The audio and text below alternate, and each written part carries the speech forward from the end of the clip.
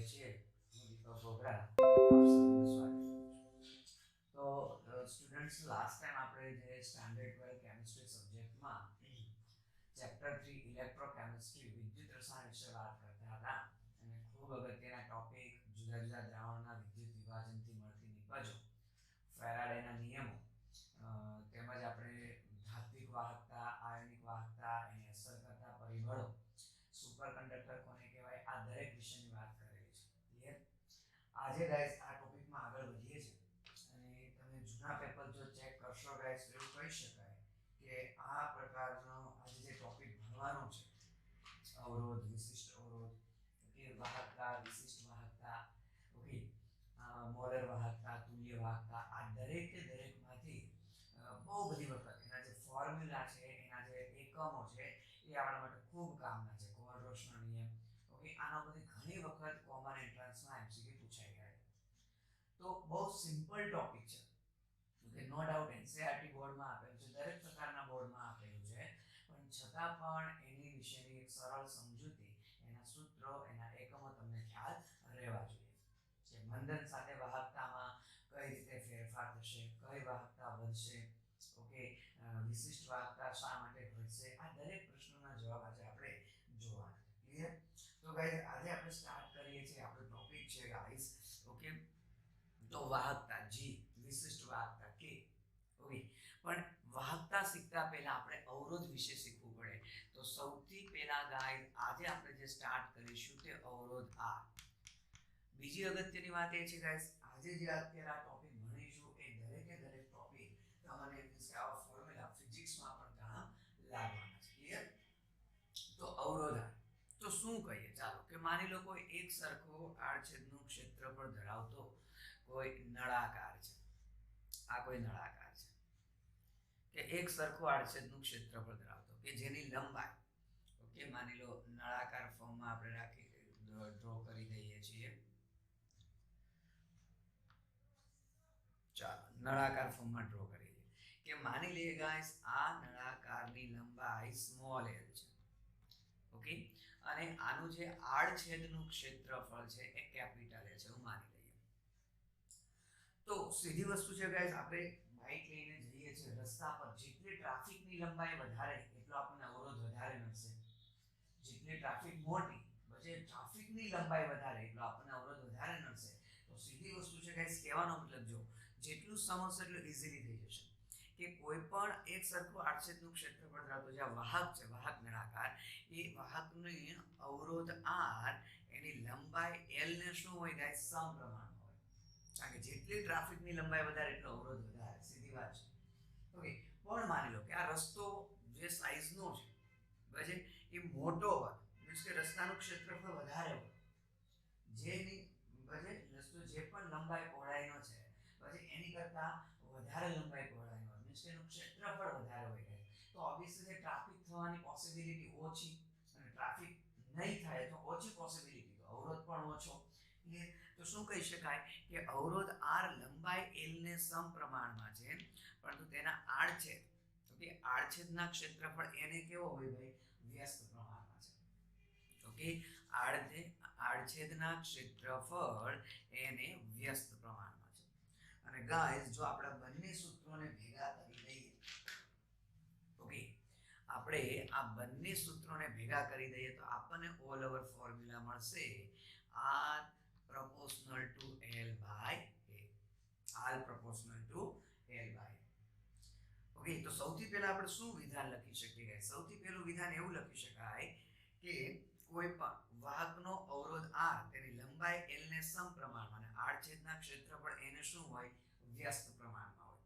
તો આપણે સિમ્પલ એવું લખી શકીએ કે કોઈ પણ, અથવા તો સિમ્પલ લખી દઈએ કે વાહકનો અવરોધ r તેની લંબાઈ l ને સમપ્રમાણમાં, પરંતુ, ઓકે, લંબાઈ l ને સમપ્રમાણ, પરંતુ આડછેદના ક્ષેત્રફળ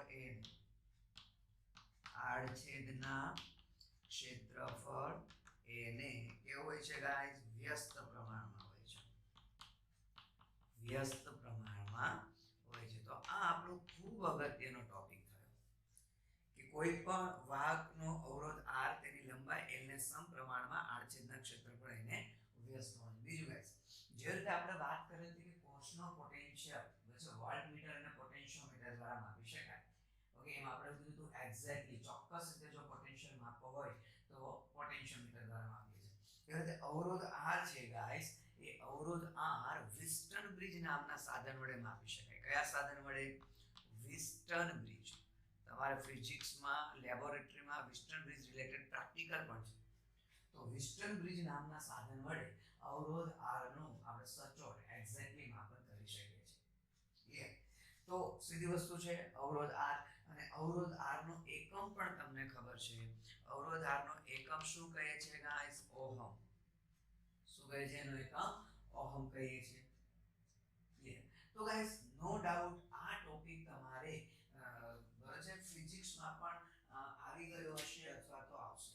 આ ટોપિક તમારે ફિઝિક્સમાં પણ આવી ગયો હશે અથવા તો આવશે, અને ખૂબ અગત્યનો આ ટોપિક છે. ક્લિયર? તો જે અત્યારે વાત કરી છે તે આપણે અવરોધ r વિશેની વાત કરેલી છે. ઓકે, અવરોધ r વિશેની વાત કરેલી છે. ચાલો નેક્સ્ટ આપણે જે વાત કરવાની છે ગાઈસ એ છે આ સૂત્રને થોડુંક આગળ વધારીએ કે જો આ સૂત્રમાં પ્રોપોર્શનાલિટી હટાવી દો અને જો અચળાંક મૂકીએ, ઓકે, તો એ સૂત્ર કેવું બનશે ગાઈસ કે r = ρ * l/a. આ પ્રકારનું સૂત્ર બનશે.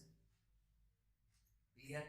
તો અહીંયા જે ρ છે એ નો ડાઉટ સપ્રમાણતા અચળાંક અથવા અવરોધ માટે મૂકેલો છે. તો ρ ને આપણે કહીશું વિશિષ્ટ અવરોધ. તો ગાઈસ આપણે ટાઇટલ એવું આપી શકીએ, હવે જે ત્યાં ભણવાનું છે તે છે આપણો વિશિષ્ટ અવરોધ. વિશિષ્ટ અવરોધ ρ, અથવા ગાઈસ એને અવરોધકતા કહેવાય. તો વિશિષ્ટ અવરોધ કરતા અવરોધકતા શબ્દ વધારે યુઝ થાય છે ગાઈસ. તો ρ નો ડાઉટ સપ્રમાણતા અચળાંક અથવા તો એને વિશિષ્ટ અવરોધ અથવા શું કહે છે? અવરોધકતા કહે છે. મારે જો અવરોધકતાની વ્યાખ્યા બનાવવી હોય તો સિમ્પલ લોજિક છે ગાઈસ, હું ρ ને કરતા બનાવી દઉં. ρ ને કરતા બનાવી દઈશ તો શું થઈ જશે? r * a/l આવું થઈ જશે. તો વ્યાખ્યા પણ બહુ સરળતાથી બનાવી શકાય ગાઈસ. શું વ્યાખ્યા બનાવી શકાય? કે માની લો લંબાઈ હું 1 મીટર લઈ લઉં અથવા એકમ લઈ લઉં. ટૂંકમાં 1 મીટર લંબાઈ લઈ લઉં, આડછેદનું ક્ષેત્રફળ 1 ચોરસ મીટર લઈ લઉં, 1 મીટર સ્ક્વેર. તો ઓબ્વિયસલી આ બંને 1 1 થઈ ગયું. તો જ્યારે જે વાહકની લંબાઈ l છે એ 1 મીટર હોય, એના આડછેદનું ક્ષેત્રફળ 1 ચોરસ મીટર લઈ લઈએ, તો એ કન્ડિશનમાં જે આ વાહકનો અવરોધ r હશે એને જેને શું કહેવાય? અવરોધકતા. ટૂંકમાં જ્યારે વાહકના આ આડછેદનું ક્ષેત્રફળ લંબાઈના પેરામીટર્સ એક એકમ હશે બંને, તો આ બંને એક એક થઈ જશે. તો જે અવરોધ આવશે એને શું કહેવાય? અવરોધકતા અથવા વિશિષ્ટ અવરોધ. તો વ્યાખ્યા શું લખી શકીએ? જો વ્યાખ્યા આવી લખી શકીએ કે એકમ લંબાઈ 1 મીટર અને એકમ આડછેદનું ક્ષેત્રફળ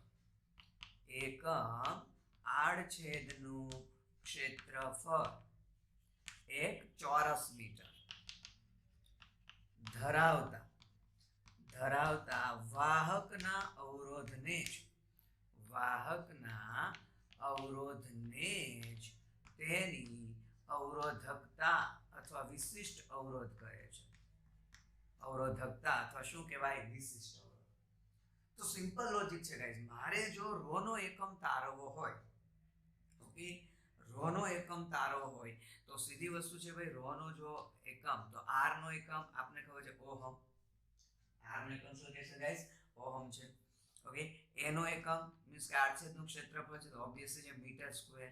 l નો એકમ મીટર, તો 1 મીટર કેન્સલ, તો શું થઈ જશે? તો ρ નો SI એકમ ઓહમ * મીટર. નો ડાઉટ લેબોરેટરીમાં ઓહમ * સેન્ટીમીટર પણ વપરાય છે. તો આપણને એનો રિલેશન આવડે ભાઈ કે સપોઝ હું એમ કહું કે 1 ઓહમ * મીટર હોય તો ઓબ્વિયસલી જે મીટરને સેન્ટીમીટરમાં કન્વર્ટ કરવું છે તો 100 ઓહમ * સેન્ટીમીટર થશે. અથવા રિવર્સ કરી દો, 1 ઓહમ * અહીંયા હું સેન્ટીમીટર લઉં તો અહીંયા 0.01 ઓહમ * મીટર થઈ જશે. ક્લિયર છે? તો કોઈ બી રીતે પૂછે તો મેં અગાઉ કીધું કે આપણને સૂત્રો બજે અને દરેકના એકમ ખાસ યાદ રહેવો જોઈએ. ઓકે, તો ρ નું સૂત્ર છે, ρ નો એકમ છે. ક્લિયર?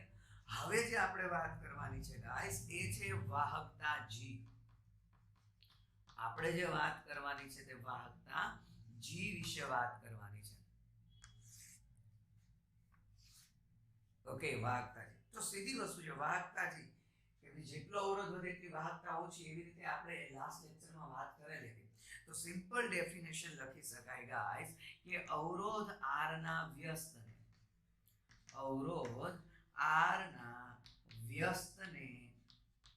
આપણે શું કહીએ છીએ? વાહકતા જી કહે છે. તો જો એનું મારે સૂત્ર લખવું હોય તો સૂત્ર બનાવવું હોય તો શું લખી શકીશ? G = 1/r. ઓકે, પણ r નું સૂત્ર તો આપણી પાસે છે ભાઈ. r નું સૂત્ર તો આપણી પાસે છે ρl/a. તો કિંમત મૂકી દઈએ ભાઈ, ρl/a છેદનો છેદંશમાં. ફરી પાછું 1/ρ છે, ρ પોતે અચળાંક છે તો 1/ρ છે તો શું અચળાંક બદલી નાખી જો, તો G = K × A/L કરી દીધું. કે જ્યાં K કોની બદલે મૂકેલો છે ગાઈસ? K છે તે 1/ρ ની જગ્યાએ મૂકેલો છે. તો K ને શું કહેશું? આ વાહકતા છે તો K ને આપણે કહીશું વિશિષ્ટ વાહકતા. તો બહુ સિમ્પલ છે, અવરોધ તો વિશિષ્ટ અવરોધ, એ રીતે વાહકતા તો વિશિષ્ટ વાહકતા. જે રીતે તમે જોઈ શકો છો અવરોધના વ્યસ્તને વાહકતા કીધી, એ રીતે વિશિષ્ટ અવરોધના વ્યસ્તને વિશિષ્ટ વાહકતા કહેવાય. બહુ સિમ્પલ જ છે. એટલે જેવી મેં અહીંયા ρ ની વ્યાખ્યા આપેલી છે, વિશિષ્ટ અવરોધની વ્યાખ્યા એવી છે, એવી જ વ્યાખ્યા હું K માટે બનાવી શકીશ. એ જોઈશું એ પહેલા G ના એકમ માટે શું કહી શકાય ગાઈસ? તો G નો જે જનરલી એસઆ એકમ છે એ સિમેન્સ તરીકે સ્વીકારવામાં આવેલો છે. સિમેન્સ કેપિટલ S વડે દર્શાવાય છે. અથવા જે 1/ઓહમ છે તો એનો એકમ આપણે ઓહમ ઇન્વર્સ પણ ગણાવી શકીએ છીએ. અને ઓહમ ઇન્વર્સ ને કહેવાય ગાઈસ મો. મો નો સિમ્બલ છે ઓહમ કરતા ઉલટો. શું કહે છે ગાઈસ? મો. ઓહમ કરતા ઉલટો સિમ્બલ છે. ક્લિયર? હવે જો આ સૂત્રમાં ફરી પાછું આપણે k ને કરતા બનાવી દઈએ. ઓકે, તો આપણે બનાવીએ છીએ k ને કરતા, તો શું થઈ જશે? જો G × L/a. તો અહીંયા જે k છે એનો આપણે ટાઇટલ આપીશું ગાઈસ, એને આપણે વિશિષ્ટ વાહકતા કહીએ છીએ. શું કહે છે? વિશિષ્ટ વાહકતા. k વિશે વાત કરવાની છે. ઓકે, તો k સિમ્બોલ કે ગ્રીક ભાષાનો શબ્દ કપ્પા. ઓકે, કપ્પા પરથી k સિમ્બોલ આપેલો છે, કપ્પા. ઓકે, તો કપ્પા પરથી એને k સિમ્બોલ આપવામાં આવેલો છે ગાઈસ. ઓકે, બીજી વસ્તુ જોજો, ઇંગ્લિશમાં તમે કદાચ સાઈડમાં વર્ડ જો તો G એટલે કન્ડક્ટન્સ કહેવાય અને K એટલે કન્ડક્ટિવિટી કહેવાય. આ બેમાં ડિફરન્સ જોજો. G એટલે શું કીધું? કન્ડક્ટન્સ. K એટલે શું કીધું? કન્ડક્ટિવિટી. ઓકે, તો એની મારે જો વ્યાખ્યા આપે તો એક વ્યાખ્યા તો એ બની જ જાય છે કે વિશિષ્ટ અવરોધના વ્યસ્તને વિશિષ્ટ વાહકતા કહેવાય. એક વ્યાખ્યા તો આપણી પાસે ઓલરેડી બની જાય છે. તો એક વ્યાખ્યા આપણે આ રીતે લખીએ જો કે ભાઈ વિશિષ્ટ અવરોધ, અથવા તો જેને આપણે અવરોધકતા કીધી છે કે વિશિષ્ટ અવરોધના વ્યસ્તને બરાબર છે વિશિષ્ટ વાહકતા કહેવાય. એક તો છે. બીજી વ્યાખ્યા બેઠી આના જેવી. જો હું ફરીથી લંબાઈ 1 મીટર લઈ લઉં, આડછેદનું ક્ષેત્રફળ 1 ચોરસ મીટર લઈ લઉં, બેઠું આના જેવું છે. તો આ બંને એક એક થઈ ગયું. ઓકે, અહીંયા બંનેમાં ફેર શું છે કે અહીંયા એકમ લઈ લીધું હતું, અહીંયા એકમ, પણ અહીંયા વાહકના આપણે શબ્દ લખેલો તો વાહકના અવરોધને અવરોધકતા કહેવાય. તો અહીંયા ફક્ત શું થઈ જશે? આ એકમ થઈ ગયું તો વાહકના અવરોધની બદલે વાહકની વાહકતાને જેની શું કહેવાય? વિશિષ્ટ વાહકતા. તો ખાલી આપણે અવરોધની જગ્યાએ વાહકતા શબ્દ મૂક્યો અને અવરોધકતાની જગ્યાએ વિશિષ્ટ વાહકતા, બે જ શબ્દ બદલેલા છે. તો શું લખીએ? ડેફિનેશન જો. ડેફિનેશન આવી રીતે લખી શકીએ ગાઈસ આપણે કે એકમ લંબાઈ 1 મીટર, કે એકમ લંબાઈ 1 મીટર અને એકમ આડછેદનું ક્ષેત્રફળ, એકમ આડછેદનું ક્ષેત્રફળ 1 ચોરસ મીટર ધરાવતા, 1 ચોરસ મીટર ધરાવતા વાહકની વાહકતાને, આ એક થઈ ગયું તો વાહકતાને જ આને જ તેની શું કહેવાય છે ગાઈસ? વિશિષ્ટ વાહકતા કહે છે. શું કહેવાય છે? વિશિષ્ટ વાહકતા કહે છે. ક્લિયર? તો ડેફિનેશન સેમ છે, ખાલી અહીંયા અવરોધ શબ્દ હતો એની જગ્યાએ આપણે વાહકતા શબ્દ કરી દીધું. ક્લિયર? ચાલો, તો કે નું સૂત્ર જરા આપણે આગળ વધારીએ ભાઈ. તો k = g તો છે જ into g સ્ટાર. તો ચાલો g સ્ટાર શું છે? તો ગાઈસ કે જ્યાં g સ્ટાર છે એ આપણે l/a ને બદલે મૂકેલું છે. g સ્ટાર ને વાહકતા કોષનો અચળાંક કહેવાય. ફરી પોટેન્શિયલ આપણે પોટેન્શિયોમીટર દ્વારા માપેલો હતો ગાઈસ. પોટેન્શિયલ આપણે કોના દ્વારા માપેલો હતો? પોટેન્શિયોમીટર દ્વારા. ક્લિયર? અવરોધ આપણે વિસ્ટન બ્રિજ દ્વારા માપેલો હતો. ઓકે, એવી રીતે વાહકતા g કંડક્ટન્સ એ કંડક્ટોમીટર. ઓકે, વાહકતા કોષ જેને કહેવાય, તો કંડક્ટોમીટર ને વાહકતા કોષ દ્વારા માપી શકાય. ક્લિયર? તો જે વાહકતા કોષ યુઝ કરીએ છે વાહકતા માપવા માટે, g માપવા માટે, એનો અચળાંક એને કહેવાય g સ્ટાર. તો ક્યાં તો વાહકતા કોષનું અચળાંક પ્રેક્ટિકલ દરમિયાન તમને આપી દીધેલું હોય, ન આપેલું હોય તો l/a પરથી ગણવાનું હોય. અને l/a પરથી માની લો તમને l અને એના મૂલ્ય નથી ખબર, તો પછી તમારે શું કરવું પડે કે કોઈ પ્રબળ વિદ્યુત વિભાજ્ય, જનરલી કેસીએલ યુઝ થાય છે કે કંડક્ટોમીટર સાધનમાં મીન્સ કે દ્રાવણ તરીકે કેસીએલ નું વિદ્યુત વિભાજ્યનું દ્રાવણ લઈને એમાં વિદ્યુત ધ્રુવ ડુબાડીને પહેલાની કંડક્ટન્સ વાહકતા માપવામાં આવે. ઓકે, શું કહું છું કે g સ્ટાર નું મૂલ્ય કઈ રીતે મેળવવામાં આવે એની હું તમને વાત કરું છું. કે ક્યાં તો g સ્ટાર નું મૂલ્ય ઓલરેડી પ્રેક્ટિકલમાં આપેલું હોય, જો ન આપેલું હોય તો l/a પરથી શોધી શકાય. પણ માની લો કે l અને એના મૂલ્ય પણ આપણને ખબર નથી, તો કઈ રીતે g સ્ટાર નું મૂલ્ય મળે? તો આપણે પ્રબળ વિદ્યુત વિભાજ્ય જનરલી લેવાનું હોય વાહકતા કોષમાં વાહકતા માપવા માટે, અને જનરલી કેસીએલ લેવામાં આવે. તો કેસીએલ માં હાઇડ્રોજન ઇલેક્ટ્રોડ હોય છે, કેસીએલ માં વિદ્યુત ધ્રુવ ડુબાડીએ વાહકતા કોષમાં, પછી આપણે કંડક્ટન્સ વાહકતા મળે. આ આપણે જે તે ઓરડાના તાપમાને પ્રયોગ કરતા હોય એ તાપમાને, કે માની લો ઓરડાનું તાપમાન 298 કેલ્વિન છે, તો 298 કેલ્વિન તાપમાને વાહકતા કોષ દ્વારા મેં કેસીએલ ની વાહકતા g માપી લીધી. પછી તમને સંદર્ભ સાહિત્ય રેફરન્સ બુક આપેલી હોય, એમાં તમારે જોવાનું કે 298 કેલ્વિન તાપમાન વાળા બધા ડેટા આપેલા હોય, જુદા જુદા તાપમાને માનો કેસીએલ છે તો જુદા જુદા તાપમાને કેસીએલ ના ટેબલ આપેલા હોય, અને એ ટેબલમાં આપણે જોવાનું કે 298 કેલ્વિન તાપમાને કેસીએલ જ્યારે વિદ્યુત વિભાજ્ય દ્રાવણ હોય અને એની જ્યારે આટલાથી આટલા વચ્ચે વાહકતા હોય તો g સ્ટાર શું લેવો, આટલાથી આટલા વચ્ચે વાહકતા હોય તો g સ્ટાર શું લેવો. હવે આપણે કેસીએલ માટે વાહકતા તો માપી લીધી, તો આપણે જે વાહકતા આવતી હોય એને રિલેટેડ સામે g સ્ટાર નું મૂલ્ય લખેલું હોય રેફરન્સ બુકમાં, એના ઉપરથી લેવામાં આવે છે. આ રીતે ઓલ ઓવર g સ્ટાર નું મૂલ્ય મળે છે. તો ઓલ ઓવર જો આગળ વાત કરી દઈએ કે તો g એટલે તો આપણે કીધું છે 1/r, g એટલે શું તો 1/r, અને g સ્ટાર ના g સ્ટાર. તો ગાઈસ આ સૂત્રો તમને બધા કામ લાગવાના છે. ઓકે, k નો એકમ આપણે તારવવાનો બાકી છે. તો જો k નો એકમ શું, જો g નો એકમ આપણે શું કહે છે ભાઈ? g નો એકમ સિમેન્સ અથવા ઓહમિનસ અથવા મો, કોઈ ભી શબ્દ લખેલો આવે છે. Okay, siemens.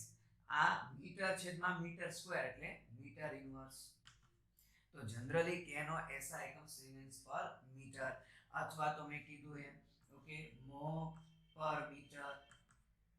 ઓકે, મીટર ની જગ્યાએ સેન્ટીમીટર માં આવે, નો ડાઉટ સિમેન્સ પર સેન્ટીમીટર માં આવે, પણ આપણે એવું કહી શકીએ આ SI એકમ છે. સેમ ટુ સેમ મો પર સેન્ટીમીટર એકમ ઇન્વર્સ. તો હું 1 સિમેન્સ પર મીટર કહીએ તો આપણે સિમેન્સ મીટર નું કેમાં કન્વર્ટ કરવું છે ભાઈ? સેન્ટીમીટર માં કન્વર્ટ કરવું છે. હવે તમે મીટર નું સેન્ટીમીટર માં કન્વર્ટ કરો એટલે 1/100 આવશે, અલ્ટીમેટલી 0.01 સિમેન્સ પર સેન્ટીમીટર. ઓકે, જોજો અહીંયા મીટર ઉપર હતું, મીટર ઇન્વર્સ માં છે એટલે છેદમાં છે 0.0, તો અલ્ટીમેટલી શું કહી શકીએ 1 સિમેન્સ પર સેન્ટીમીટર, તો અહીંયા 100 સિમેન્સ પર મીટર થઈ જશે. ક્લિયર? તો ગાઈસ આ જે દરેકે દરેક વાત કરેલી છે એ તમને પછી મેં કીધું આ ચારેયના સૂત્રો, ચારેયના એકમો તમારા માટે ખૂબ ખૂબ ખૂબ કામના છે, ખૂબ અગત્યના છે. ક્લિયર? ઓકે, ચાલો આગળ આપણે વાત કરીએ છીએ ગાઈસ મોલર વાહકતા, તુલ્ય વાહકતા. ખૂબ અગત્યના પદ છે દોસ્તો. એ વસ્તુ પણ આપણને દાખલામાં કે MCQ માં બહુ કામ લાગવાના છે.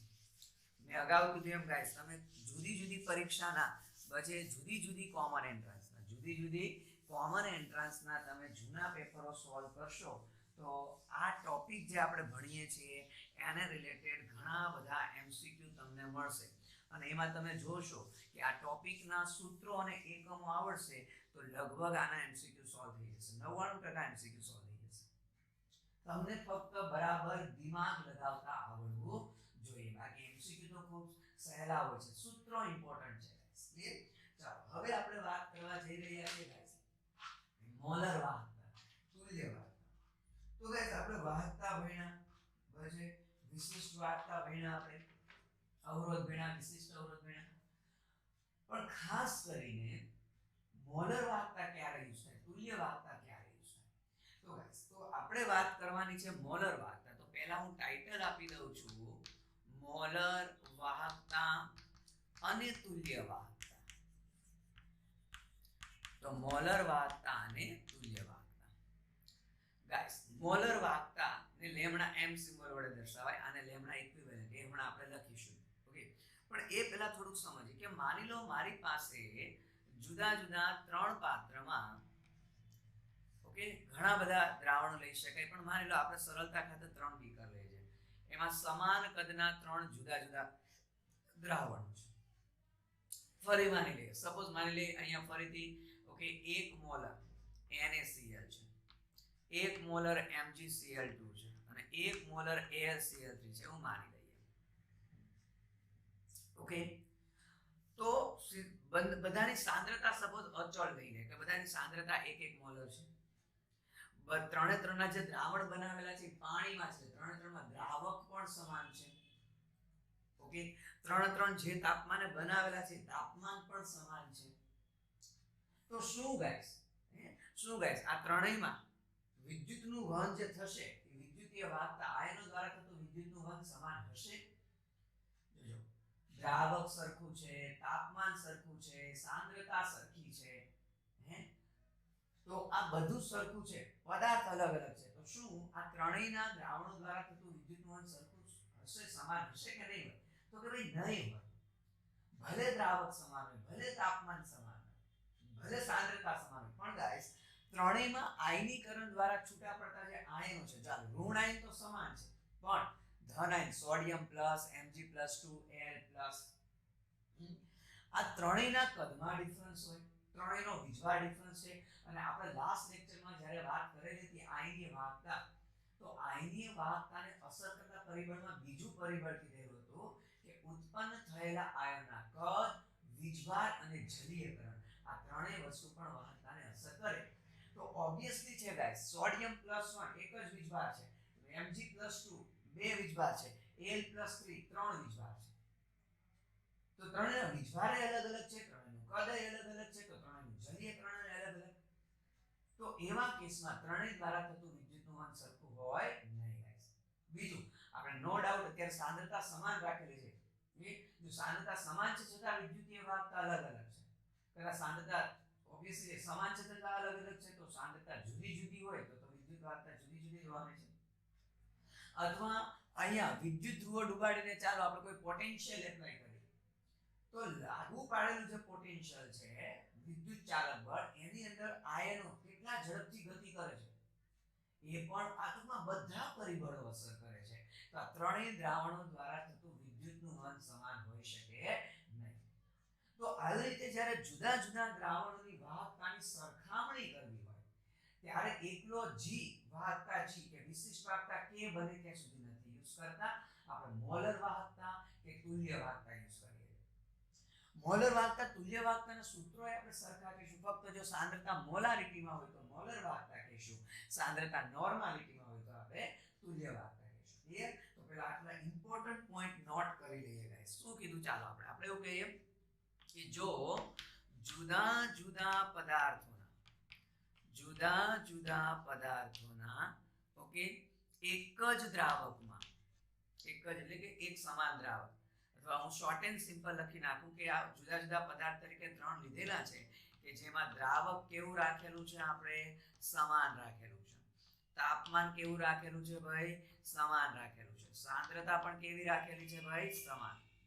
તો આ દરેક વસ્તુ સમાન છે. ઓકે, છતાં પણ મીન્સ કે આ પરિસ્થિતિમાં પણ તેમના દ્વારા થતું વિદ્યુતનું વહન સમાન હોઈ શકે નહીં. ઓકે, વિદ્યુતનું વહન સમાન હોઈ શકે નહીં. શું કામ? તો આપણે એવું કહીએ છીએ ગાઈસ, કારણ કે ત્રણેયમાં આ જે ઉત્પન્ન થતા આયનો છે તે આયનોના કદ, વીજભાર, ત્રણેયનું જલીયકરણ, ઓકે, આ કેવું હોય છે ભાઈ? જુદું જુદું હોય છે. કેવું હોય છે? જુદું. હજુ આપણે કહી શકીએ કે લાગુ પાડેલા વિદ્યુત ચાલક બળ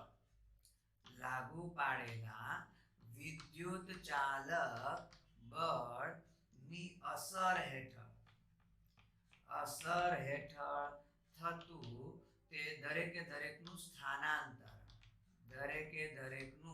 સ્થાનાંતરણ પણ કેવું હોય? જુદું જુદું હોય. તો ત્રણેયમાં આ બધા પરિબળો જુદા જુદા હોય અને જુદા જુદા હોવાને કારણે ગાઈસ આ ત્રણેય દ્વારા થતું વિદ્યુતનું વહન સમાન ન હોય. તો આમ જુદા જુદા, સાદી ભાષામાં કહીએ તો જુદા જુદા દ્રાવણોની વિદ્યુત વાહકતાની સરખામણી કરવી હોય ત્યારે આપણે મોલર વાહકતા કે તુલ્ય વાહકતા યુઝ કરીએ છીએ. ઓકે, ચાલો તો સૌથી પહેલા આપણે વાત કરીશું ગાઈસ કે મોલર વાહકતા.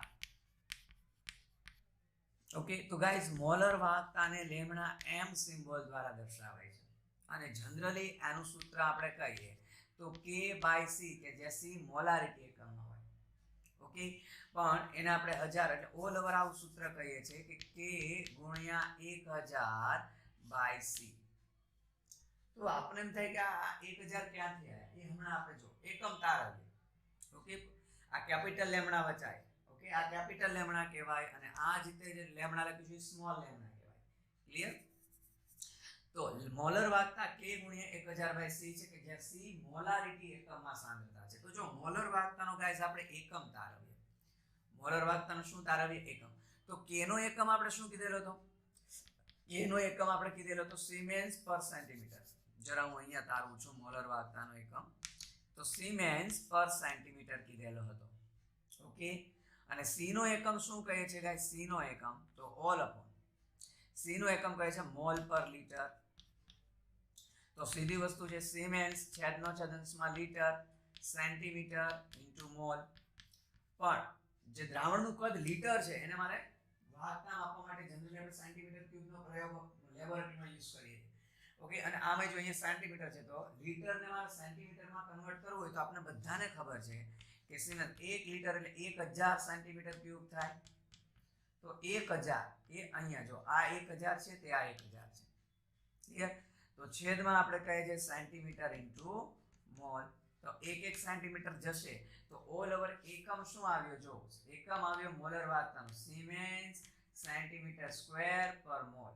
સિમેન્સ અહીંયા સ્ક્વેર વધશે, સિમેન્સ સેન્ટીમીટર સ્ક્વેર પર મોલ. 1000 તો કરી દીધા. નો ડાઉટ સિમેન્સની જગ્યાએ આપણે કીધું તો મો પણ આવે, ઓહમ ઇન્વર્સ પણ આવે. આપણે બચ્ચો વાહકતાનો એકમ છે G નો. G માં કીધું તો સિમેન્સ ને બદલે મો પણ આવે, ઓહમ ઇન્વર્સ કોઈ બી આવે. સિમેન્સ સેન્ટીમીટર સ્ક્વેર પર મોલ.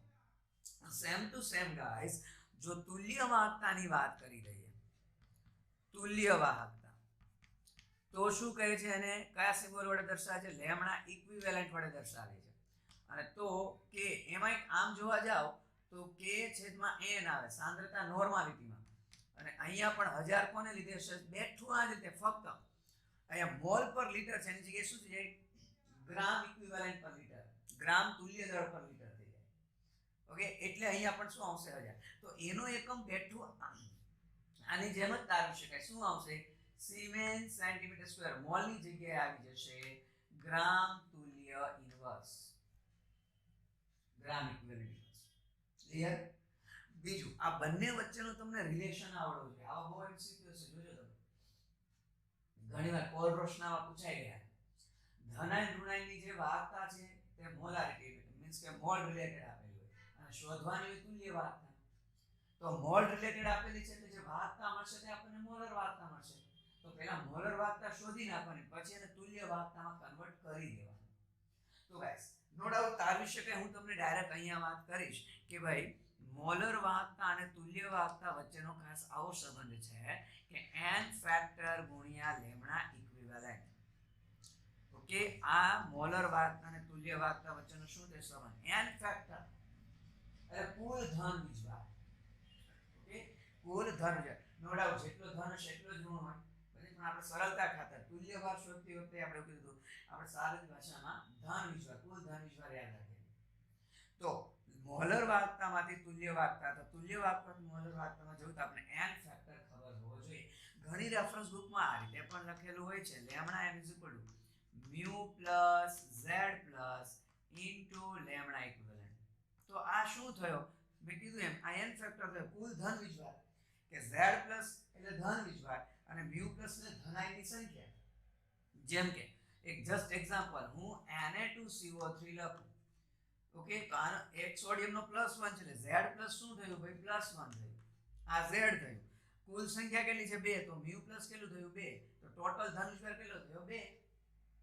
ક્લિયર? તો કહેવાનો મતલબ મોલર વાહકતા અને તુલ્ય વાહકતા વચ્ચેનો આવો સંબંધ છે. ક્લિયર? તો તમને આ સૂત્રો પણ કામમાં લાગવાના છે. ક્લિયર? હજુ જોજો, આજના દરેકે દરેક ટોપિક MCQ માટે ખૂબ અગત્યના છે કે દ્રાવણને મંદ બનાવે. તો મંદ બનાવે તો વાહકતામાં, મોલર વાહકતામાં, તુલ્ય વાહકતામાં, વિશિષ્ટ વાહકતામાં શું ફેર પડે? એ MCQ પણ ખૂબ અગત્યના છે ગાઈસ. ઓકે, ચાલો તો એની આપણે વાત કરીશું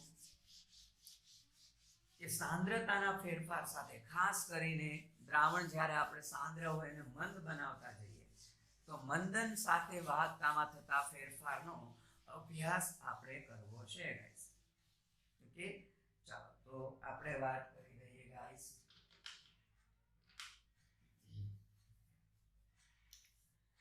કે મંદન સાથે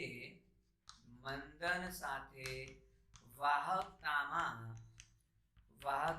થતા ફેરફાર થતો ફેરફાર કે દ્રાવણને મંદ, જો શોર્ટ એન્ડ સિમ્પલ કહીએ ગાઈસ, હમણાં જે એક વિધાન એક લીટી લખું છું ને એમાં ઘણા MCQ ના જવાબ આવ્યા કે જેટલું દ્રાવણનું કદ, જોજો V એટલે દ્રાવણનું કદ કહીએ છીએ. શું કહે છે ગાઈસ? V એટલે કહીએ છીએ આપણે દ્રાવણનું કદ કહીએ છીએ.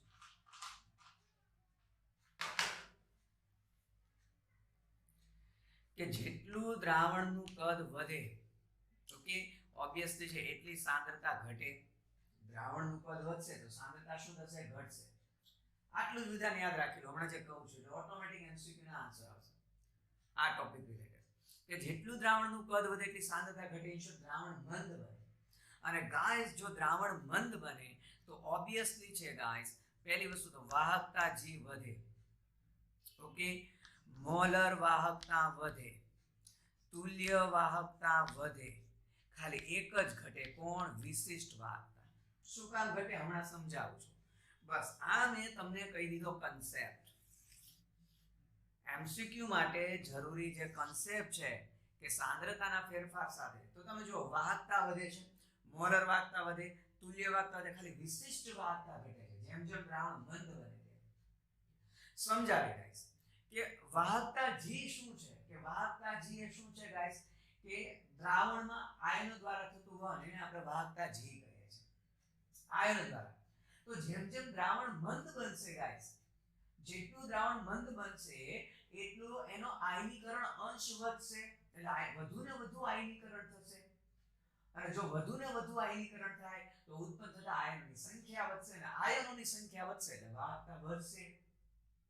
ચાહે પ્રબળ વિદ્યુત વિભાજ્ય હોય કે નિર્બળ વિદ્યુત વિભાજ્ય હોય, ટૂંકમાં મંદન સાથે વાહકતા વધે. નો ડાઉટ પ્રબળ વિદ્યુત વિભાજ્યની જે વાહકતા વધશે, જેમ જેમ દ્રાવણને મંદ બનાવીએ, આ મારો પ્રબળ વિદ્યુત વિભાજ્ય અને નિર્બળ વિદ્યુત વિભાજ્ય, બંનેની સાંદ્રતા એક સરખી રીતે ઘટાડીએ છીએ. બરાબર? તો પ્રબળની વાહકતામાં જે વધારો થશે એની કરતા નિર્બળની વાહકતા ઝડપથી વધશે. શું કામ? ઓકે, આ જો કે ઓસ્વાલ્ડનો મંદનનો નિયમ છે, એ પણ હજી આગળ હમણાં લેક્ચરમાં આવશે, આજે જ હમણાં જ આવશે. કારણ કે એટલા માટે પ્રબળમાં સાંદ્ર દ્રાવણ હોય તો શરૂઆતમાં ઓબ્વિયસલી જે મેક્સિમમ આયનીકરણ તો થઈ જવાનું છે, અને પછી તમે એને મંદ બનાવો તો એને આયનીકરણ વધશે ખરું, પણ એટલું બધું નહીં વધે. માનો સાંદ્ર દ્રાવણ તો 99% આયનીકરણ થઈ ગયું, હવે મેં દ્રાવણ મંદ બનાવ્યું તો આયનીકરણ થશે થશે તો 99.2, 99.5, 99.6. Means all over no doubt મંદન સાથે આયનીકરણ અંશ વધે, વિયોજન અંશ વધે એટલે આયનોની સંખ્યા વધે. તો પ્રબળમાં જે આયનીકરણ અંશ વધે અથવા વાહકતા વધે એની કરતા નિર્બળમાં ઝડપ વધે. ક્લિયર? તો આ ખબર પડી ગઈ કે ભાઈ જેમ જેમ દ્રાવણ મંદ થશે આયનોની સંખ્યા વધશે, આયનોની સંખ્યા વધશે એટલે વાહકતા વધશે. મોલર વાહકતા તુલ્ય વાહકતા, તો સીધી વસ્તુ છે ગાઈસ, મોલર વાહકતા તુલ્ય વાહકતા. એમાં પણ એવું કહી શકાય કે મંદન સાથે આયનીકરણ અંશ વધે, આયનો વધે તો વાહકતા વધે, મોલર વાહકતા તુલ્ય વાહકતા પણ વધે. અને આમાં સમીકરણ પરથી કહી શકાય, તમે સમીકરણ યાદ કરો, આપણે શું લખેલું હતું કે મોલર વાહકતા = K * 1000/c. જો તો વ્યસ્ત પ્રમાણમાં છે, સમીકરણ પરથી સમજાવી શકો. જેમ સાંદ્રતા ઘટશે એમ મોલર વાહકતા વધશે. સેમ ટુ સેમ તુલ્ય વાહકતા માં નોર્માલિટી હતી, અલ્ટિમેટલી સાંદ્રતા, તો જેમ ઘટશે એમ તુલ્ય વાહકતા વધશે. તો જોઈ શકાય છે સૂત્ર પરથી વ્યસ્ત પ્રમાણમાં છે. પણ ગાઈસ વિશિષ્ટ વાહકતા ઘટશે. એ શા માટે ઘટશે? કારણ કે વિશિષ્ટ વાહકતા અલ્ટિમેટલી કોને કહે છે? નો ડાઉટ આપણે પ્રાથમિક વ્યાખ્યા હમણાં ભણ્યા કે અવરોધકતાના વ્યસ્ત. પણ જોને આયનોની દ્રષ્ટિએ સમજાવવા જઈએ કે માની લો કે આ કોઈ પાત્ર છે, ચાલો આ રીતે સમજાવજો, તો ધ્યાન આપજો. આ શું છે? પાત્ર છે. માનો એનું કદ આટલું છે, અત્યારે દ્રાવણનું કદ આટલું છે, ઓકે. અને એમાં સપોઝ આને આપણે એકમ કદ ધારી લઈએ, એવું માની લો. એક સરળતા ખાતર સમજાવવા તમને આ એક્ઝામ્પલ આપું છું કે આ કદ એકમ કદ છે, ઓકે. અત્યારે દ્રાવણ સાંદ્ર છે, ઓકે. આ આપણે સાંદ્ર દ્રાવણ કહીએ છીએ, અત્યારે સાંદ્ર દ્રાવણ કહીએ છીએ. અને જે ધારેલું કદ છે આ બ્રાઉન કલરની લાઈન એ એકમ કદ છે. તો માની લો એમાં અત્યારે ટોટલ 2 ધન આયન 2 ઋણ આયન એટલે ટોટલમાં 4 આયન છે. ટોટલમાં કેટલા આયનો છે? 4 આયન, એવું માની લઈએ. હવે જ્યારે દ્રાવણને આપણે મંદ બનાવીએ છીએ, દ્રાવણમાં આપણે દ્રાવક ઉમેર્યું, ચાલો, અને મંદ બનાવ્યું એટલે માની લો કદ સપોઝ મેં બમણું કર્યું અથવા ગમે એટલું કદ, પણ દ્રાવણ મંદ બનાવ્યું એટલે હવે દ્રાવણનું કદ શું થયું? ભાઈ વધી ગયું. તો હવે આયનોને ગતિ કરવા, ઘૂમવા માટે જગ્યા વધારે મળી. આયનોને ઘૂમવા માટે, વચ્ચે ફરવા માટે જગ્યા કેવી મળી? વધારે. પહેલા જગ્યા ખાલી કેટલી હતી? આયનોને ઘૂમવા માટે વધુ આટલી જ જગ્યા હતી. હવે આયનોને ઘૂમવા માટે જગ્યા વધારે મળી. તો ઓબ્વિયસલી છે અમુક આયનો શું થશે કે આ એકમ કદની બહાર નીકળી જશે. કારણ કે જગ્યા વધારે મળી તો બિંદાસથી ફરી શકશે, એવો મતલબ થયો. તો દ્રાવણના મંદન સાથે જો હવે એકમ કદમાં આયનોની સંખ્યા ઘટી ગઈ, પહેલા 4 હતી હવે 2 જ છે. એવું નહીં 4 માંથી 2 થાય, ગમે તે થઈ શકે, પણ ઘટશે. તો ગાઈસ દ્રાવણને મંદ બનાવવા સાથે વિશિષ્ટ વાહકતા શું કામ ઘટે છે? કે જેમ જેમ દ્રાવણને મંદ બનાવે, તમારે નોટ કરવું હોય તો કરી લેજો કે દ્રાવણના મંદન સાથે એકમ કદમાં વહન કરી શકે તેવા જે આયનો હતા એ આયનોની સંખ્યા શું થઈ? ઘટી ગઈ. ઓકે. કે દ્રાવણના મંદન સાથે એકમ કદમાં રહેલા આયનોની સંખ્યા ઘટી ગઈ. અને આયનોની સંખ્યા ઘટે તો ઓબ્વિયસલી છે ગાઈસ બચે એની વિશિષ્ટ વાહકતા પણ શું થાય? ઘટે. તો એકમ કદમાં રહેલા આયનો દ્વારા થતું વહન એને આપણે વિશિષ્ટ વાહકતા કહીએ છીએ. એકમ કદમાં રહેલા આયનો દ્વારા થતું વિદ્યુતનું વહન એને આપણે શું કહીએ છીએ? વિશિષ્ટ વાહકતા કહીએ છીએ. તો મંદન સાથે એકમ કદમાં રહેલા આયનોની સંખ્યા ઘટે છે એટલે વિશિષ્ટ વાહકતા પણ શું થાય છે? ઘટે છે. ક્લિયર? તો જો ગાઈસ આ વિધાનમાં મંદન સાથે વાહકતામાં થતો ફેરફાર આવા એમસીક્યુ પૂછાઈ ચૂકેલા છે. ક્લિયર? બીજું આગળ વાત કરીએ ગાઈસ, આપણે શીખેલા હતા ફરી કે માની લો કોઈ એક પાત્ર લઈ લઈએ, એક પાત્ર અહીંયા લઈ લઈએ છીએ, બરાબર? અને એમાં જે આ દ્રાવણ લઈ લઈએ છીએ, દ્રાવણ લઈ એકમ કદનું દ્રાવણ છે, ઓકે.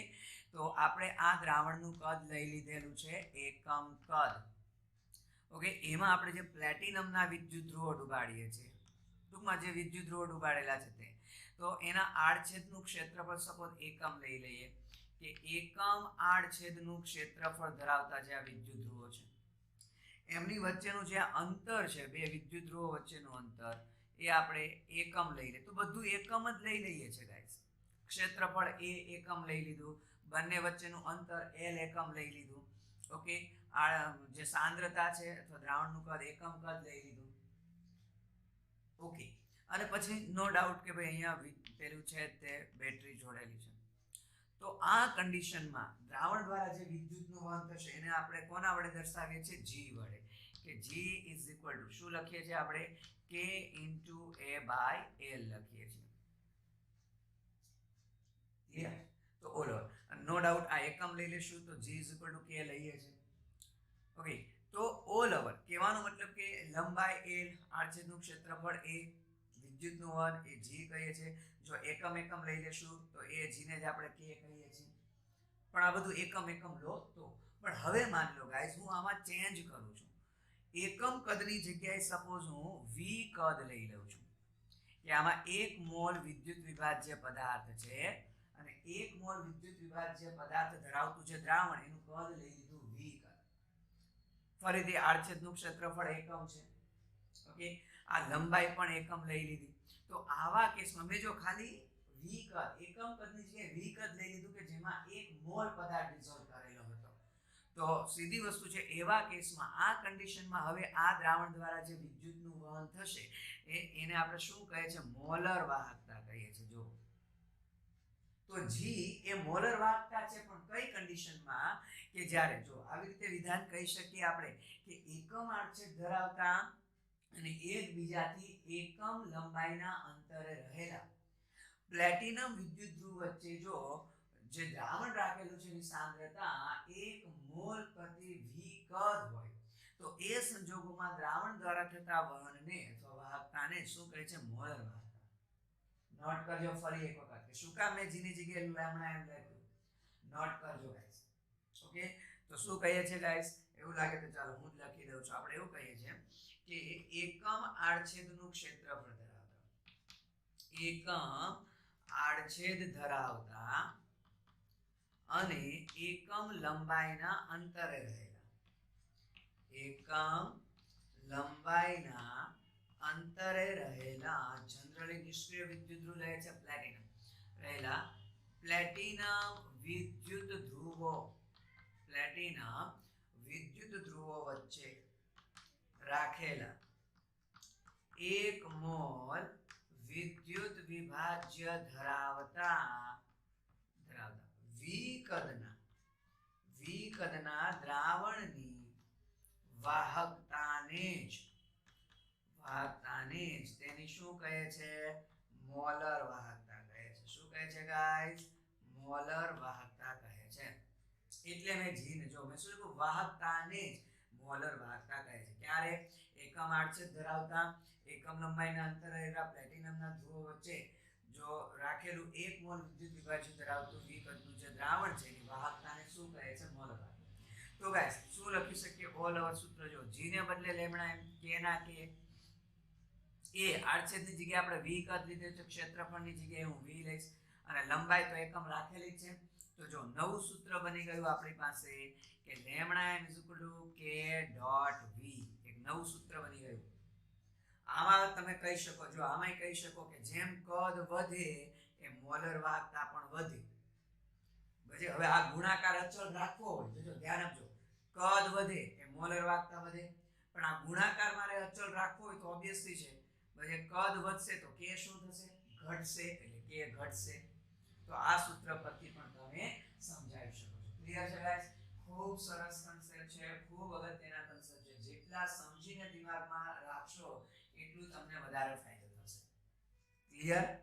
ઓકે, ચાલો હવે જે આપણે શીખવાનું છે ગાઈસ, ઓકે, એ જોવાનું છે પ્રબળ વિદ્યુત વિભાજ્યની મોલર વાહકતા. ઓકે, પ્રબળ વિદ્યુત વિભાજ્યની મોલર વાહકતા વિશે શીખવાનું છે ગાઈસ. એ પણ ખૂબ ખૂબ ખૂબ અગત્યનું છે. ચાલો તો આપણે શીખવા જઈ રહ્યા છીએ ગાઈસ પ્રબળ વિદ્યુત વિભાજ્ય. ગાઈસ ઘણા સ્ટુડન્ટ કન્ફ્યુઝન થાય છે કે પ્રબળ વિદ્યુત વિભાજ્ય ક્યારે, નિર્બળ વિદ્યુત વિભાજ્ય ક્યારે? તો નો ડાઉટ 11મા ધોરણમાં સંતુલન ચેપ્ટરમાં છે, અથવા અત્યારે જે ઉપર છેલ્લી વાત કરી રહી કે એવા વિદ્યુત વિભાજ્ય કે જેનું દ્રાવણમાં લગભગ 100% આયનીકરણ થતું હોય એને પ્રબળ વિદ્યુત વિભાજ્ય કહેવાય. તો ઘણા સ્ટુડન્ટ કે સર એ વ્યાખ્યા તો ખબર છે પણ એમનો પદાર્થ આપેલો હોય આપણને એ કેમ ખબર પડે? તો નોટ કરો ગાઈસ કે કોઈ પણ પ્રબળ એસિડ, કોઈ પણ પ્રબળ બેઝ કે પ્રબળ એસિડ બેઝનો ક્ષાર હોય ને એ પ્રબળ વિદ્યુત વિભાજ્ય હોય. ક્લિયર? શું કીધું મેં? અથવા પ્રબળ બેઝ અથવા પ્રબળ એસિડ બેઝનો ક્ષાર એ શું હોય? પ્રબળ વિદ્યુત વિભાજ્ય. તો નિર્બળ વિદ્યુત વિભાજ્ય કે જેનું 2 થી 5% વધુ 5% આયનીકરણ થાય છે.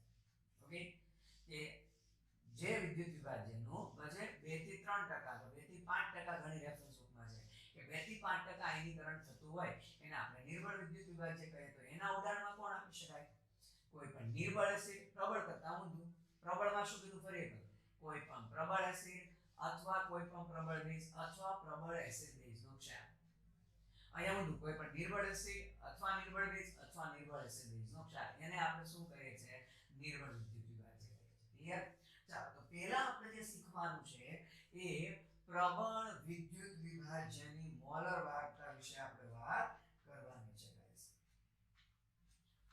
પ્રબળ વિદ્યુત વિભાજ્યની મોલર વાહકતા વિશે વાત કરીશું. તો આપણું ટાઇટલ છે ગાઈસ પ્રબળ વિદ્યુત વિભાજ્યની મોલર વાહકતા આપણે શીખવાની છે.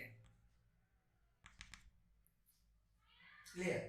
ખૂબ સરસ કન્સેપ્ટ છે ગાઈસ, ખૂબ સરસ કન્સેપ્ટ છે. ધ્યાન આપજો કે ગાઈસ હમણાં જ આપણે શીખ્યા કે ભાઈ પ્રબળ હોય કે નિર્બળ હોય, પ્રબળ વિદ્યુત વિભાજ્ય હોય કે નિર્બળ વિદ્યુત વિભાજ્ય, જેમ જેમ દ્રાવણને મંદ બનાવીએ એમ મોલર વાહકતાના મૂલ્યમાં શું થાય? વધારો થાય. મોલર વાહકતાના મૂલ્યમાં વધારો. જેમ કે હું જસ્ટ એક્ઝામ્પલ આપું, ચાલો કે માની લો અહીંયા આપણે લઈ લઈએ છીએ પ્રબળ વિદ્યુત વિભાજ્ય સપોઝ HCl અથવા KCl, જે બી લઈએ. ઓકે, સપોઝ અહીંયા હું લઈ લઉં છું નિર્બળ. આ નિર્બળનું સાથે સાથે એટલે સમજાવું છું, હમણાં આની પછી નિર્બળ વિદ્યુત વિભાજ્યની જ મોલર વાહકતા શીખવાની છે. આની પછી નિર્બળની શીખવાની સાથે સાથે લઈ લઉં છું. ઓકે, માની લો અહીંયા આપણે લઈએ છીએ સાંદ્રતા, બંનેની સાંદ્રતાઓ લઈએ છીએ. ઓકે, બંનેની શું લઈએ છીએ ગાઈસ? સાંદ્રતા લઈએ છીએ. અહીંયા લઈએ છીએ આપણે, ચાલો એક ટેબલ ફોર્મમાં દર્શાવી દઈએ.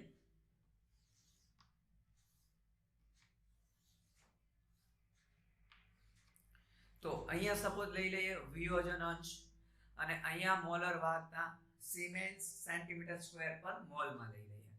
સેમ ટુ સેમ ગાઈસ, ફરીથી અહીંયા વિયોજન અંશ અને અહીંયા મોલર વાહકતા સિમેન્સ સેન્ટીમીટર સ્ક્વેર પર મોલ ઇન્વર્સ.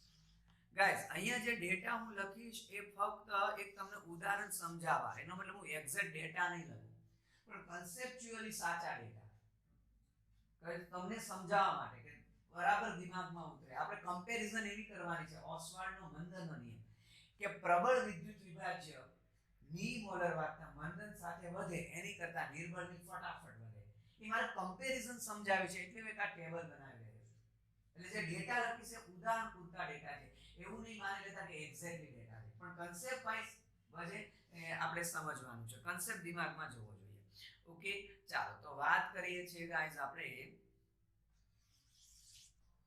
ચાલો હવે આપણે વાત કરીએ. માની લો કે સાંદ્રતા 1 મોલર છે, બંનેની સાંદ્રતા કેટલી? અહીંયા મોલારિટી લખી દઉં છું. ચાલો તો પ્રબળ હોય કે નિર્બળ, બંને 1 મોલર સાંદ્રતા ધરાવતા લીધેલા છે. તો પ્રબળનું માની લો 98% આયનીકરણ થયું છે, એટલે મેક્સિમમ આયનીકરણ થઈ ગયું પ્રબળનું.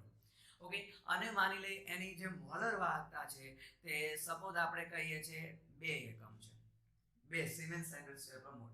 ઓકે, ત્યારે આનું આયનીકરણ સપોઝ માની લો 3% છે અને આની મોલર વાહકતા સપોઝ માની લો 0.12 સિમેન્સ સેન્ટીમીટર સ્ક્વેર પર મોલ છે. ક્લિયર? માની લો સાંદ્રતા, હવે પાણી નાખું એટલે દ્રાવણ મંદ બનાવું છું, મંદ બનાવીને સાંદ્રતા અડધી કરી દીધી 0.5 મોલર. તો કદાચ આનું આયનીકરણ વધશે તો કેટલું થશે ખબર? માનો 98.2%. તો આની વાહકતા સપોઝ થઈ 3 એકમ. ઓકે, તો આનું આયનીકરણ કેટલું થઈ જશે? માની લો 28% થયું. તો આની વાહકતા બની શકે 7 સિમેન્સ સેન્ટીમીટર સ્ક્વેર પર મોલ થઈ. બરાબર? માની લો હજુ દ્રાવણનું કદ બમણું કરું અને સાંદ્રતા સપોઝ કરી દીધી હજુ અડધી, તો 0.25 મોલર. ઓકે, માની લો આનું આયનીકરણ થયું 98.4%. તો આની મોલર વાહકતા સપોઝ 4 થઈ. આનું આયનીકરણ સપોઝ થઈ ગયું 51%. તો આની મોલર વાહકતા સપોઝ થઈ ચાલો 23 સિમેન્સ સેન્ટીમીટર સ્ક્વેર પર મોલ. હજુ કદાચ ગાઈસ આપણે કદાચ હજુ સાંદ્રતા અડધી કરી. ગાઈસ હજુ એકવાર કહી દઉં, આજે મેં ડેટા લખેલા છે, કોઈ એક્ઝેક્ટ ડેટા નથી, કન્સેપ્ચ્યુઅલી સાચું ડેટા હું જઈ રહ્યો છું કે કન્સેપ્ટ જ એકચ્યુઅલી આવું કે આનું આયનીકરણ અંશ આટલા પ્રમાણમાં જ વધે, આનું આ પ્રમાણ વધશે, તો આની મોલર વાહકતા આ રીતે વધે, આની આ રીતે વધે. કન્સેપ્ચ્યુઅલી સાચા છે પણ ડેટા એક્ઝેક્ટ નથી. તમને એક એક્ઝામ્પલ સમજાવવા માટે ખાલી આ વાત કરી રહ્યો છું. હજુ માની લો કે સાંદ્રતા હજુ અડધું કરી દીધી કે 125 મોલર, તો આ સપોઝ થયું 98.7% આયનીકરણ. તો માની લો અહીંયા મોલર વાહકતા થી 5, અહીંયા સપોઝ માની લો થઈ ગયું 82%. ઓકે, તો માની લો અહીંયા આવી ગયું 78. તમે જોઈ શકો છો ગાઈસ કે બંને આ પ્રબળ વિદ્યુત વિભાજ્ય આ નિર્બળ વિદ્યુત વિભાજ્ય બંનેની સાંદ્રતા એક સમાન રીતે ઘટાડે છે, પણ પ્રબળમાં જે આયનીકરણ અંશ વધે છે તો ઓછા પ્રમાણમાં વધે છે, કારણ કે એનું જે આયનીકરણ થવાનું હતું ઓલરેડી સાંદ્ર દ્રાવણમાં કેટલું થઈ ગયું હતું, બરાબર છે, એટલે એની વાહકતા જો એક સરખી રીતે વધે છે. ઓકે, અહીંયા શું થશે ગાઈસ કે અહીંયા શરૂઆતમાં સાંદ્ર દ્રાવણ હતું તો ઓબ્વિયસલી છે પછી એનું આયનીકરણ ઓછું હતું. ઓકે, આયનીકરણ ઓછું હતું તો ઓબ્વિયસલી જેમ જેમ મંદ કરતા ગયા એમાં આયનીકરણ આની કમ્પેરમાં જો અહીંયા 0.2 0.3 એવો ડિફરન્સ છે આયનીકરણ અંશમાં, અહીંયા જો ઘણો બધો ડિફરન્સ છે, આયનીકરણ અંશ ફટાફટ વધે છે એટલે મોલર વાહકતા શું થાય છે, ફટાફટ વધે છે. તો તમે જો અહીંયા જે મોલર વાહકતા વધે છે એક એક એકમ વધે છે એવું દર્શાવવાનો મેં પ્રયત્ન કરેલો છે, એની કમ્પેરમાં અહીંયા જો ઘણી બધી વધે છે. તો દ્રાવણના મંદન સાથે અને ઓસ્વાલ્ડનો મંદનનો નિયમ કહેવાય, દિમાગમાં રાખી દેજો. ઓસ્વાલ્ડનો મંદનનો નિયમ એવું લાગે તો આપણે નિર્બળ વિદ્યુત વિભાજ્ય વખતે નિયમ લખીશું, પહેલા પ્રબળનું સમજી લઈએ. તો જો આપણે ગ્રાફ દ્વારા સમજવાનો પ્રયત્ન કરીએ ગાઈસ, ગ્રાફ દ્વારા સમજવાનો પ્રયત્ન કરીએ કે lambda m versus root c નો ગ્રાફ. આ ગ્રાફ કોના પરથી છે, Debye Huckel Onsager equation. Debye Huckel Onsager વૈજ્ઞાનિકના નામ છે ગાઈસ આ. ઓકે, ચાલો એક કામ કરીએ, પ્રબળ નિર્બળ બંને સાથે જ લઈ લઈએ એટલે આપણા સમીકરણે આવી જાય, કન્સેપ્ટ આવી જાય. તો પ્રબળ વિદ્યુત વિભાજ્યની મોલર વાહકતા અને નિર્બળ વિદ્યુત વિભાજ્યની આપણે ટાઇટલમાં બંને ભેગા કરી દઈએ. નિર્બળ વિદ્યુત વિભાજ્યની મોલર વાહકતા એટલે શું થાય ગાઈસ, આપણે ઓસ્વાલ્ડનો મંદનનો નિયમ આવી જાય, બંનેનું એક સાથે સમજૂતી આવી જાય. તો સૌથી પહેલા હું લખીશ ઓસ્વાલ્ડનો મંદનનો નિયમ. ચાલો, ઓસ્વાલ્ડનો મંદનનો નિયમ મેં શું કીધું ગાઈસ કે પ્રબળ અને નિર્બળ વિદ્યુત વિભાજ્યના મંદન સાથે મોલર વાહકતામાં થતો વધારો,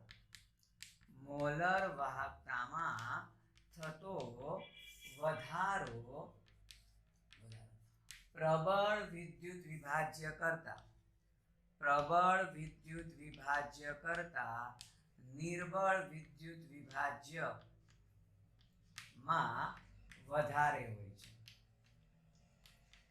સમજાણું ગાઈસ? આ વિધાન શું લખેલું છે મેં કે પ્રબળ અને નિર્બળ વિદ્યુત વિભાજ્યના મંદન સાથે મોલર વાહકતામાં થતો વધારો પ્રબળ કરતા નિર્બળમાં વધારે. ટૂંકમાં પ્રબળ વિદ્યુત વિભાજ્યની મોલર વાહકતા વધે એની કરતા નિર્બળમાં ફટાફટ વધે છે.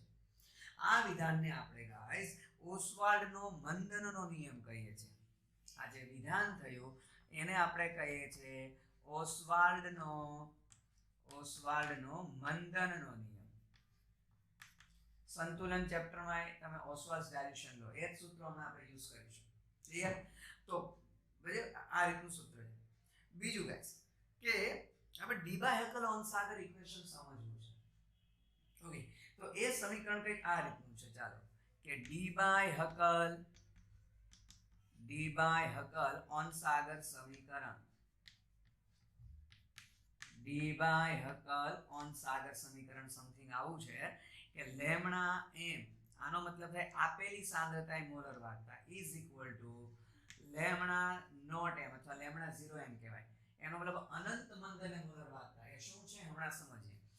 Minus AC raise to half. AC શું છે બધી હમણાં વાત કરીએ સ્ટેપ બાય સ્ટેપ. ઓકે, તો ગાઈસ ઓલ ઓવર કઈ રીતે આ ગ્રાફ છે જો. ઓકે, આ સમીકરણને જો આપણે લખવાનો પ્રયત્ન કરીએ તો આ શું થયું, y is equal to mx plus c ટાઈપનું થયું. એટલે y અક્ષ ઉપર મેં મોલર વાહકતા લઈ લીધી કે આપેલી સાંદ્રતા એ મોલર વાહકતા. ઓકે, અને x અક્ષ ઉપર મેં શું લઈ લીધું છે ગાઈસ, અક્ષ ઉપર મેં લીધેલું છે √c, c નું વર્ગમૂળ. તો પહેલા પ્રબળ વિદ્યુત વિભાજ્ય માટે આલેખ દોરીએ. જો લેમડા 0 એમ હમણાં જ સમજાવું છું તમને. તો પ્રબળ વિદ્યુત વિભાજ્ય માટે માનો આ 1 મોલર સાંદ્રતા છે, આ માની લો 0.5 છે, આ માની લે એની અડધી 0.25 છે, આ માની લે 0.125 છે. ક્લિયર? આ રીતની સાંદ્રતા છે. તો કઈ રીતે એક સરખી રીતે વધે છે? માની લો કે આ પ્રબળ વિદ્યુત વિભાજક KCl માટે હું સરળતા ખાતર પછી આ પ્રમાણે માન એક સીધી લીટી મળશે, એક સરખી રીતે વધે છે એટલે હું એવું કહી દઉં છું એક સીધી રેખા સ્વરૂપે મળશે. જો કે જેમ જેમ સાંદ્રતા મંદ થતી જાય છે એમ એક સરખી રીતે મોલર વાહકતા વધે છે એટલે પ્રબળ વિદ્યુત વિભાજ્ય માટે આવી સીધી લીટી મળશે. તો આ મેં દોરેલું છે KCl માટે. કોના માટે દોરેલું છે ગાઈસ? KCl માટે દોરેલું છે.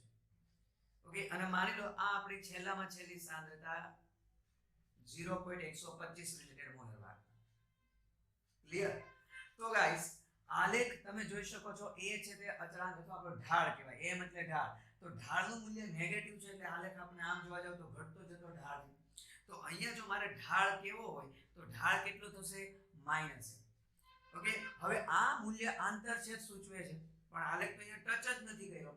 પણ ગાઈસ આપણે આંતરછેદ ખબર છે કે જો આપણે સ્કેલ લઈને આ આલેખને y અક્ષ તરફ લંબાવીએ, અહીંયા જો y અક્ષ તરફ અહીંયા લંબાવ્યો એટલે અહીંયા આપણને આંતરછેદ મળશે. તો y અક્ષ ઉપર x અક્ષનું મૂલ્ય કેવું હોય? 0. બે 0 0 ઉગમ બિંદુમાં છેદે કે y અક્ષ ઉપર x અક્ષ એટલે c નું મૂલ્ય અહીંયા કેટલું હશે? 0. તો 0 સાંદ્રતા મોલર વાહકતા. તો ગાઈસ મીન્સ કે કઈ રીતે કહી શકાય કે ભાઈ માની લો કે મેં 1 મોલર દ્રાવણ હતું, પાણી નાખ્યું, બમણું પાણી નાખ્યું, તો સાંદ્રતા અડધી કરી, ફરી અડધી કરી, પણ હું દ્રાવક ઉમેરતો જ ગયો, હજુ આમાં ઉમેર્યું તો હજુ આની કરતા સાંદ્રતા અડધી, હજુ અડધી, છેલ્લે ટૂંકમાં એટલું મંદન કર્યું કે સાંદ્રતા લગભગ 0 ની નજીક આવી ગઈ. અનંત મંદન કર્યું આપણે. સાદી ભાષામાં કહું તો એક આખી બાલદી પાણી છે અને એક ટીપું ખાલી HCl નું છે. તો શું પ્યોર વોટર કહેવાય? નહીં, એ પ્યોર વોટર નથી, HCl નું દ્રાવણ છે. પણ HCl ની સાંદ્રતા બહુ ઓછી છે, એવું કહેવાય HCl નું અતિમંદ દ્રાવણ છે, અતિમંદ દ્રાવણ. તો અલ્ટિમેટલી કે અહીંયા જે આપણે આંતરછેદ માપીએ છીએ તે સાંદ્રતાનું મૂલ્ય કેટલું છે? 0.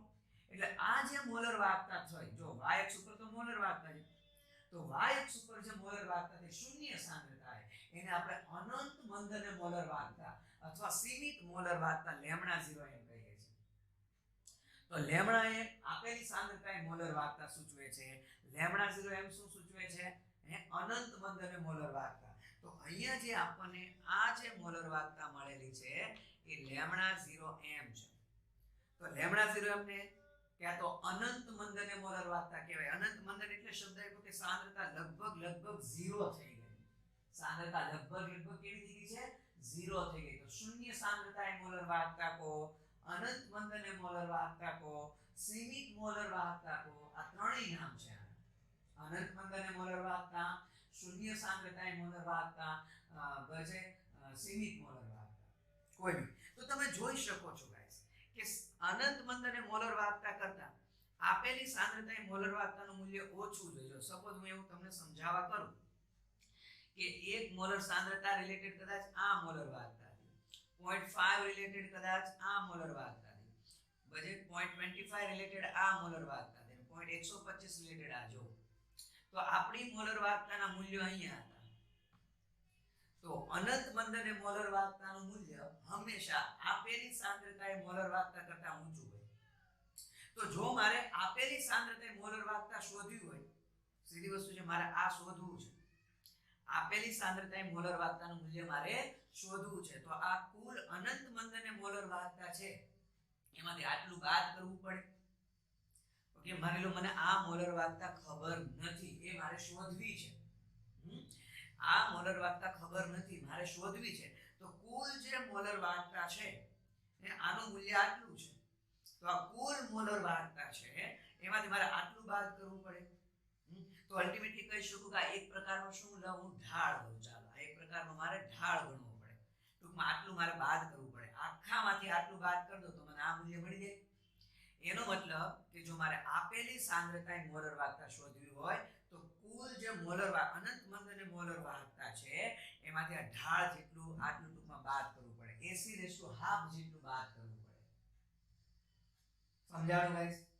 તો એનો મતલબ એવું કહી શકાય કે આપેલી સાંદ્રતાએ મોલર વાહકતા કરતા અનંત મંદ અને મોલર વાહકતા કેટલી વધારે હોય? 80:1/2 જેટલી વધારે હોય.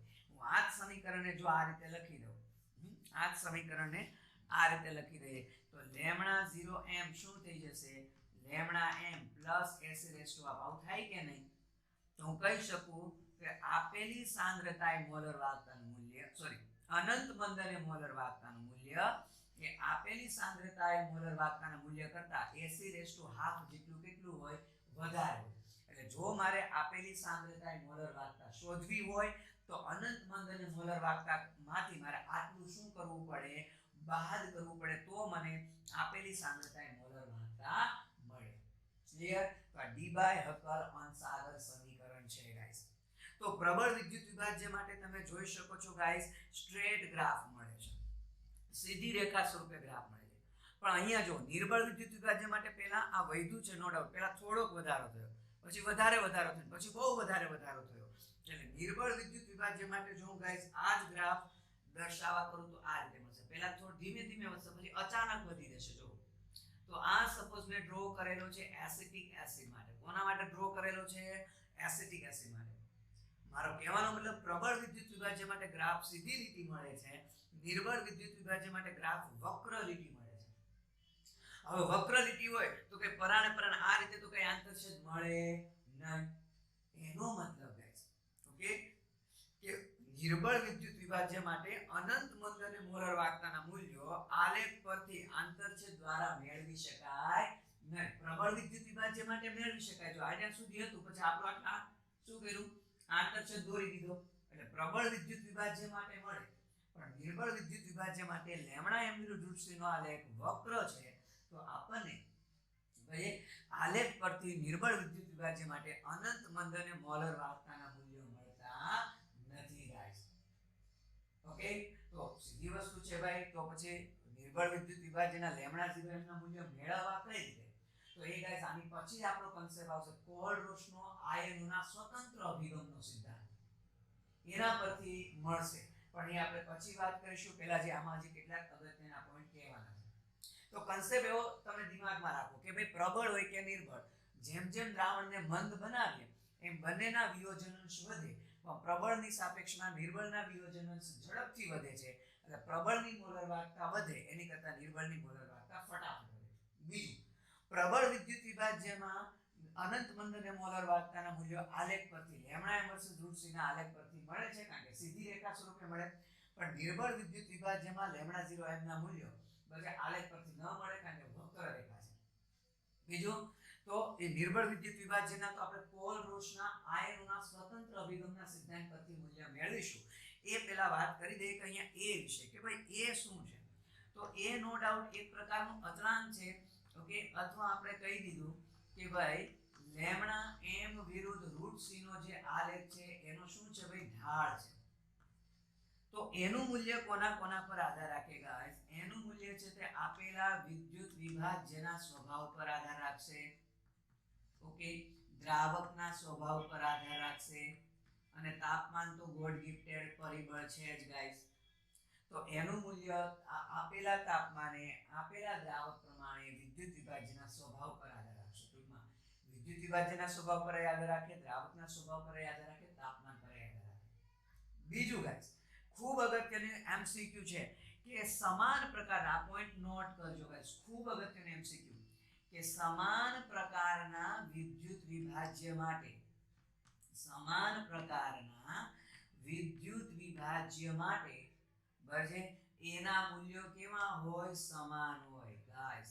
આ એમસીક્યુ માટે ખૂબ અગત્યનું વિધાન લખેલું છે કે સમાન પ્રકારના વિદ્યુત વિભાજ્ય માટે એના મૂલ્ય સમાન હોય. એટલે શું કહેવા માંગે? જો કે સપોઝ હું NaCl કહું ગાઈસ, તો આ કયા પ્રકારનું વિદ્યુત વિભાજ્ય થયું? 1:1. શું કામ? આનો ધન વીજભાર +1 -1. તો આ 1:1 થયું. સેમ ટુ સેમ હું KCl કહું તો આ બી કેવું થયું? 1:1. તો આ બંને 1:1 પ્રકારના વિદ્યુત વિભાજ્ય થયા, સમાન પ્રકારના. હવે તમને કદાચ એમસીક્યુ પૂછેલો હોય કે NaCl માટે લેમડા m વિરુદ્ધ √c ના આલેખના ઢાળનું મૂલ્ય 6 એકમ છે, તો KCl માટે રૂટ કેસીએલ માટે લેમડા વિરુદ્ધ રૂટ સી ના આલેખનો ઢાળ કેટલો થાય? હવે ઢાળ એટલે તો આપણો a.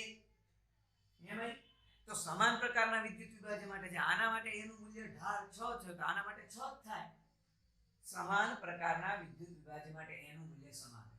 સપોઝ હું તમને કહું ભાઈ કે કેલ્શિયમ સલ્ફેટ કે અહીંયા +2 -2 MgSO4 મેગ્નેશિયમ સલ્ફેટ +2 -2, તો આ બંને કેવા થયા ભાઈ? 2:2 પ્રકારના.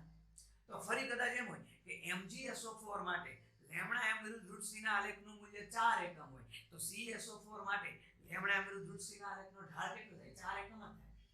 સપોઝ તમને કીધેલું હોય MgCl2 તો +2 -1, CaCl2 +2 -1, તો આ 2:1 પ્રકારનું થયું.